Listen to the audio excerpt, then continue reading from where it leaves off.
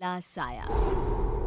यूं तो बनारस घाट अपनी खूबसूरती के लिए बहुत प्रचलित है, पर घाट के किनारे कई राज लिए बैठे हैं। ये कहानी शुरू होती है बनारस के घाट के पास बने ममता निवास से, जहाँ प्रिया लाल जोड़े में ममता के घर उसकी बहू बनकर आती है। आओ आओ बहू, घर को अपने पैरों से पवित्र करो। ममता घर की दहलीज पार कर ही रही होती है कि अचानक एक बहुत गंदी सी बास पूरे घर में फैल जाती है।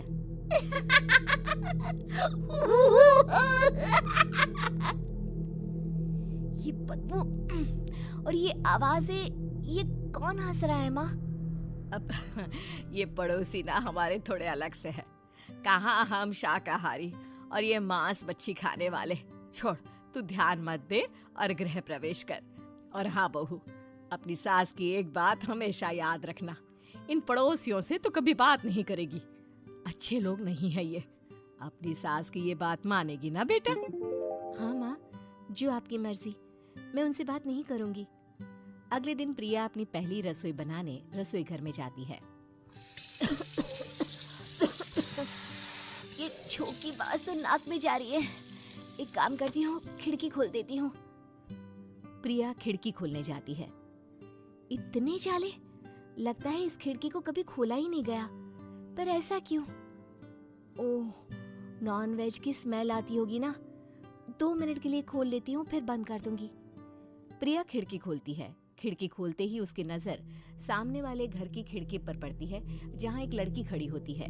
हाथों में मेहंदी, लाल रंग की साड़ी, बिल्कुल सजी धजी, मानो प्रिया की तरह ही वो भी नई नवेली बहू हो। वो प्रिया को देखकर मुस्कुराती है। हे भगवान, माँ ने तो इनसे बात करने को मना किया था। प्रिया फौरन ही खिड़की बंद कर देती है और तवे पर चढ़े रोटी की ओर देखने लगती है, पर वहाँ रोटी न होकर मछली पड़ी होती है। ये क्या?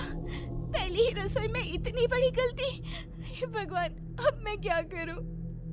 प्रिया बहुत डर जाती है और फौरन रसोई की सफाई करने और फिर सभी के लिए खाना बनाने लग जाती है। जब वो सबको खाना परोसती है, सब तो ठीक है, मैं बेकार में चिंता कर रही थी। हे भगवान, ऐसे ही बस अपनी कृपा बनाए रखना।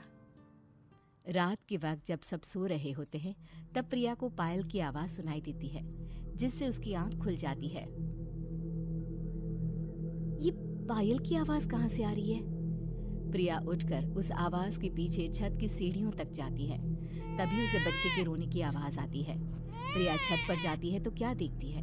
वही लाल साड़ी वाली लड़की अपनी गोद में एक नवजात बच्चे को घुमा घुमा कर सुला रही है। तभी प्रिया की नजर उसके पेट पर पड़ती है। ओह गॉड, ये तो प्रेग्नेंट भी है। सुनिए, बच्चा सो नहीं रहा है क्या? मैं कुछ मदद करूं? नहीं नहीं, आपके घर वालों को अच्छा नहीं लगेगा, मैं संभाल लूंगी। स्नेहा की गोद से बच्चा हाथ मारकर प्रिया की गोद में आने को छटपटाने लगता है। दोनों घर अगल बगल में बने होने के कारण प्रिया उस बच्चे को गोद में ले लेती है। प्रिया के पास आते ही वो सो जाता है। बच्चे का वो स्पर्श रात भर प्रिया भूल नहीं पाती और अगली सुबह वो छत पर कपड़े सुखा रही होती है। तभी उसे एक औरत इशारा करके बुलाती है। स्नेहा कह रही थी बाबू तुम्हारी गोद में आते ही सो गया। मैं गौरी, स्नेहा की माँ हूँ। बहू, घर आना, बाबू को खिला भी लेना। शाम को जब घर पर कोई नहीं रहता, बच्चे से मिलने के लिए प्रिया छिपकर अपनी पड़ोसन के घर चली जाती है और कुछ देर बच्चे को खिलाकर वापस लौट आती है। इसके कुछ दिन बाद ही प्रिया को पता चलता है कि वो माँ बनने वाली है। ममता की खुशी का ठिकाना नहीं रहता।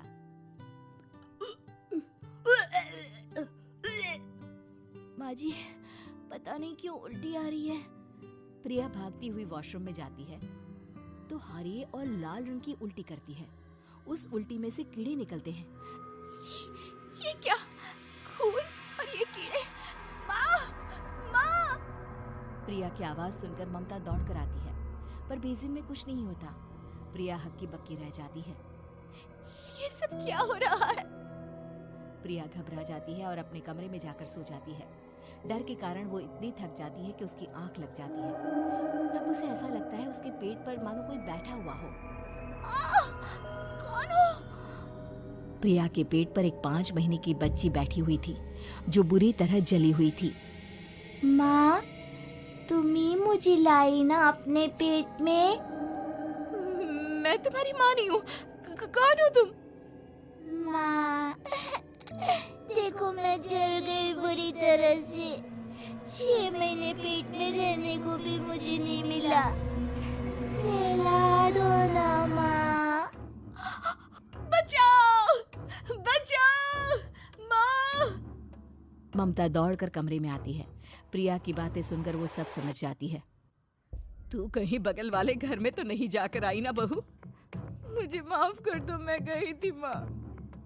उस घर में सब मरे हुए हैं बहू। कई साल पहले स्नेहा उस घर में बहू बनकर आई थी। कुछ ही दिन में वो एक बच्चे को जन्म देने वाली थी। पूरा घर बच्चे के आने की खुशी में खोया था कि एक दिन अचानक उस घर में आग लग गई। सब बुरी तरह जलकर मर गए। गौरी आज भी दादी बनने का इंतजार कर रही है और इसीलिए स्नेहा ने अपना अजन्मा बच्चा तुम्हारी कोख में डाल दिया। ममता ये कह रही होती है कि पीछे से उसके पैरों को एक बच्चा पकड़ लेता है। दादी, दादी। माँ, स्नेहा की गोद में यही बच्चा था। ये बच्चा कौन है फिर? तेरी मौत है। तेरी भी दादी। जिस चीज का ममता को डर था वही हो गया। ममता निवास के ऊपर मौत ने चादर बिछा दी थी।